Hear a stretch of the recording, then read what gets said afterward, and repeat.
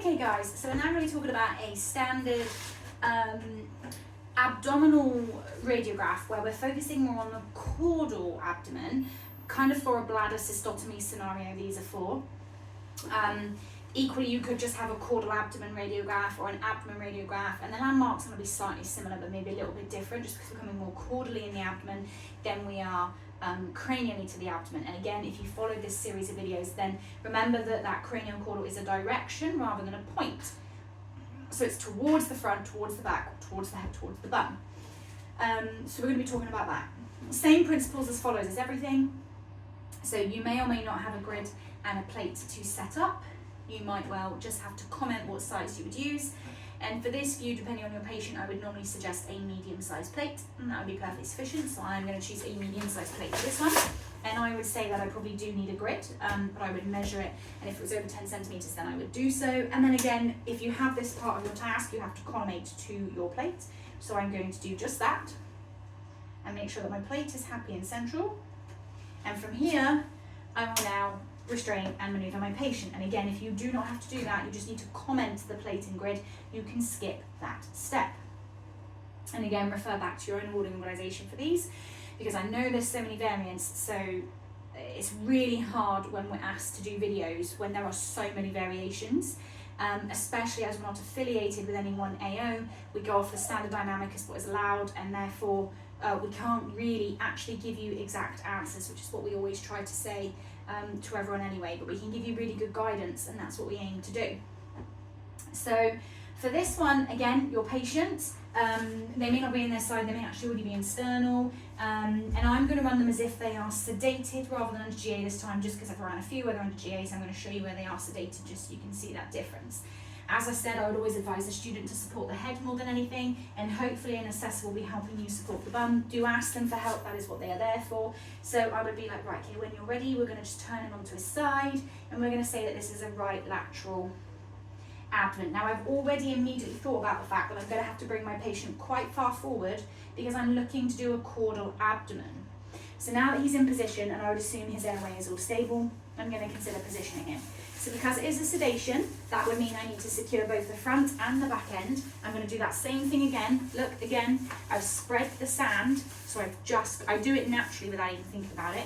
So I've got just the material, and then I'm going to allow the sand either side to secure my patient. Okay? Preventing rotation on this one, I really like a wedge between the legs to help prevent too much rotation. And if you feel relevant, you can put a wedge either side of the thorax. You can secure the front legs forward, and you can secure the hind legs backward. In terms of the one, a lot of people ask about whether it's one sandbag per leg. To be honest, it really depends on the supplies you get. That was a very old City and Guilds rule. I am going to say that because they're no longer allowed.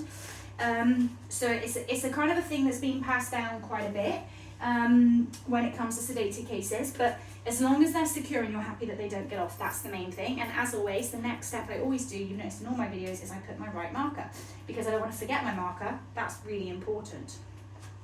So now I'm just going to check that I'm roughly happy with my positioning, which I am, and that my area in question is on the plate. And I already pulled him forward, so I knew that my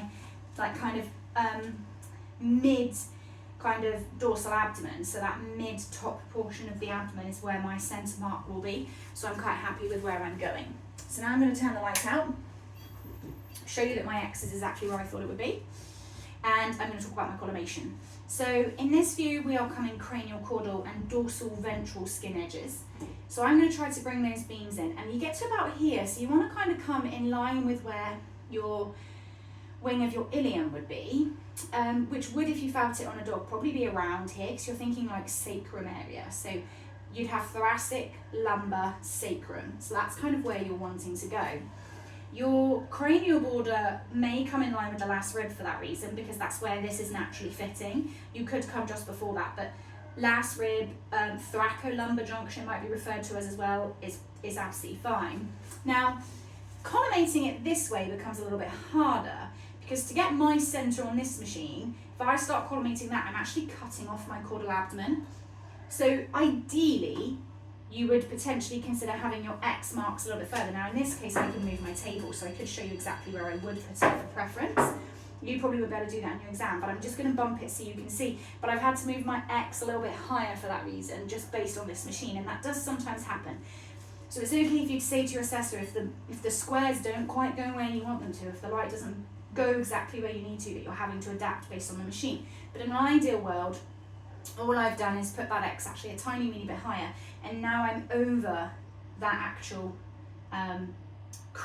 cranial abdomen, so I'm over that top part of the abdomen, and caudally I've come further back to that end part of the abdomen as well. And again, this is more designed for kind of like a cystotomy bladder based view.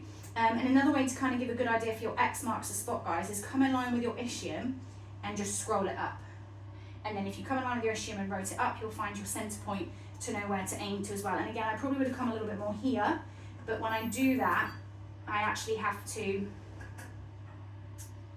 cut off some of my skin if I want to go big. And that would be our border landmarks. So sometimes the light doesn't always go the way you want it to go, sometimes you can adapt it. And that's an example of the abdomen, a right lateral abdomen positioning of a caudal abdomen for a variety of different views, but mainly, as I said, like a bladder view, which is a fairly common standard X-ray position to take.